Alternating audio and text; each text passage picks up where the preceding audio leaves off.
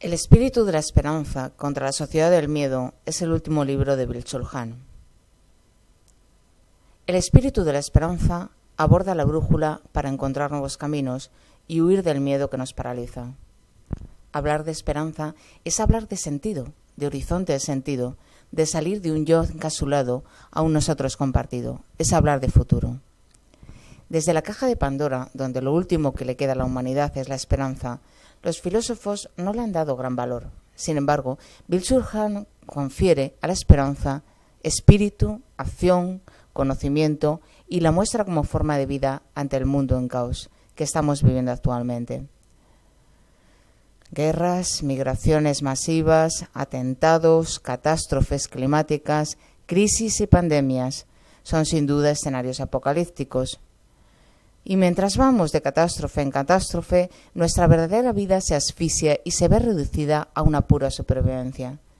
Sin embargo, de la desesperación más profunda nace también la esperanza más íntima. Paul Celan fue un poeta de origen judío que respondió con versos al horror del Holocausto. Aunque decidió poner fin a su vida, por sus poemas parece que siempre conservó esa brizna de esperanza. Mientras aún le quede luz a la estrella, nada estará perdido, nada. Parece que los apocalipsis, sin embargo, en esta época están de moda, se venden ya como si fueran mercancía, y no solo en la vida real, sino que también en la literatura y en el cine se respira un ambiente de fin del mundo. Miramos angustiados a un futuro tétrico, hemos perdido la esperanza. En una situación así, solo la esperanza nos permitirá recuperar una vida en la que vivir sea más que sobrevivir. El aumento del miedo y del resentimiento provoca el embrutecimiento de toda la sociedad y, en definitiva, acaba siendo una amenaza para la democracia. La democracia es incompatible con el miedo. Solo prospera en una atmósfera de reconciliación y diálogo. Quien absolutiza su opinión y no escucha a los demás ha dejado de ser un ciudadano. El miedo ha sido desde siempre un excelente instrumento de dominio. Vuelve a las personas dóciles y fáciles de extorsionar. En un clima de angustia, las personas no se atreven a expresar libremente su opinión, por miedo a la represión. Hoy ya nos da miedo hasta pensar. Donde hay miedo es imposible la libertad. Miedo y libertad son incompatibles. El miedo puede transformar una sociedad entera en una cárcel.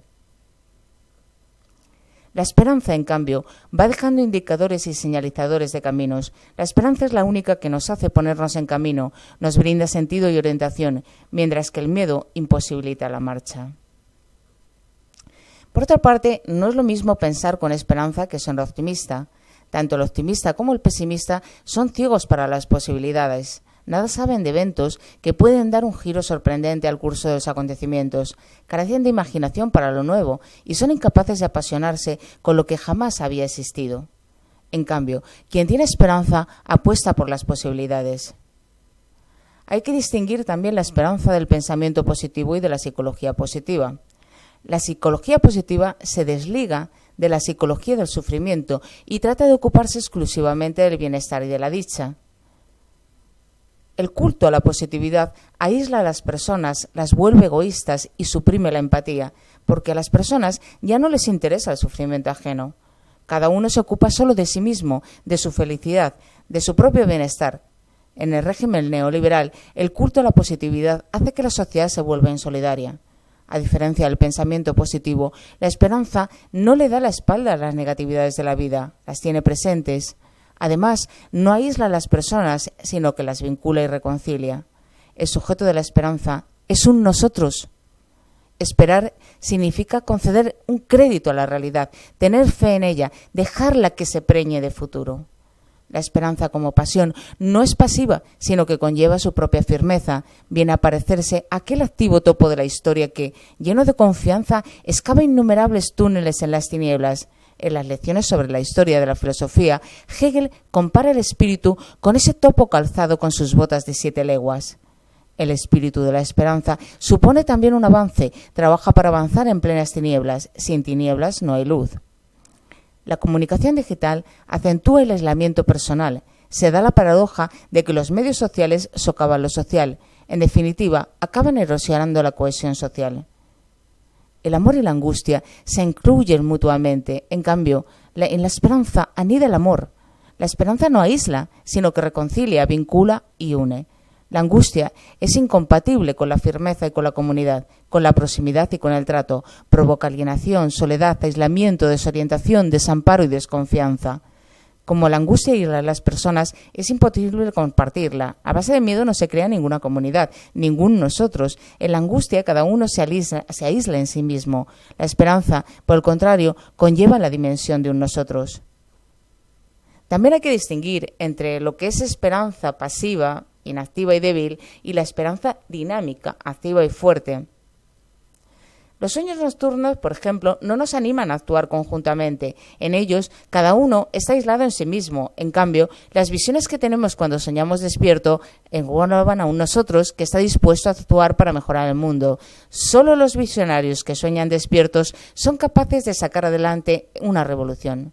Los revolucionarios sueñan de día, sueñan hacia adelante, con la mente puesta en el futuro, y lo hacen en común.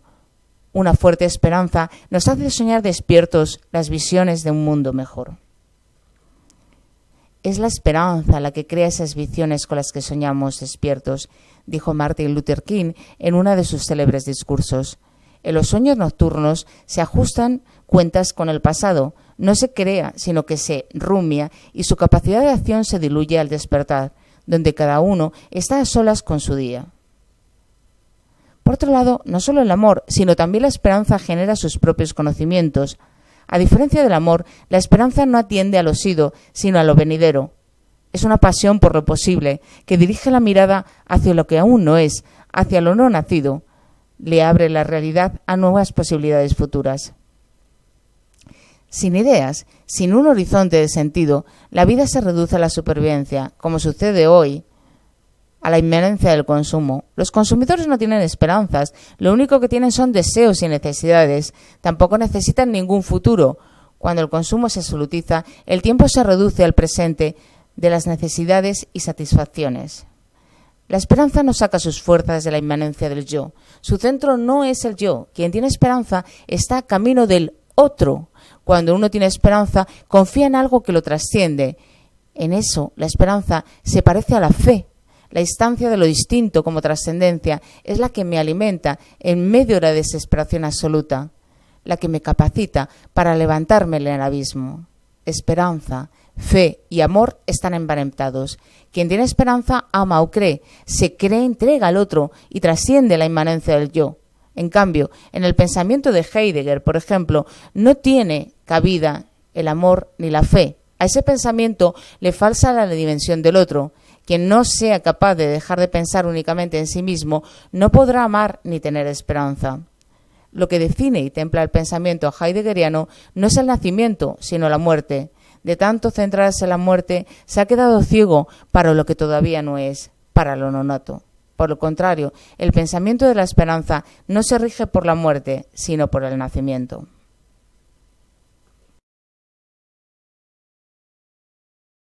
Eduardo Galeano, otra de las frases, mensajes de las concentraciones en las plazas de Cataluña, de España, es esta: si no nos dejáis soñar, no os dejaremos dormir. Y yo le voy a pedir ahora, espero que acepte, que nos haga soñar con la lectura de uno de sus fragmentos. Sí, voy a leer unas palabritas que tienen que ver con el derecho de soñar, con el derecho al delirio, a partir de algo que me ocurrió en Cartagena de Indias, hace ya algún tiempo, cuando estaba en la universidad dando una charla junto con un gran amigo, un director de cine argentino, Fernando Birri.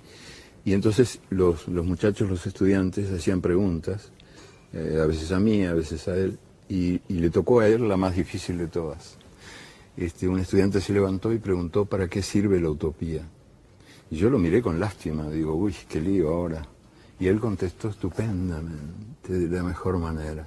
Dijo que la utopía está en el horizonte, y dijo: yo sé muy bien que nunca la alcanzaré, que si yo camino 10 pasos, ella se alejará 10 pasos. Cuanto más la busque, menos la encontraré, porque ella se va alejando a medida que yo me acerco. Buena pregunta, ¿no? ¿Para qué sirve? Pues la utopía sirve para eso, para caminar. Muy bien.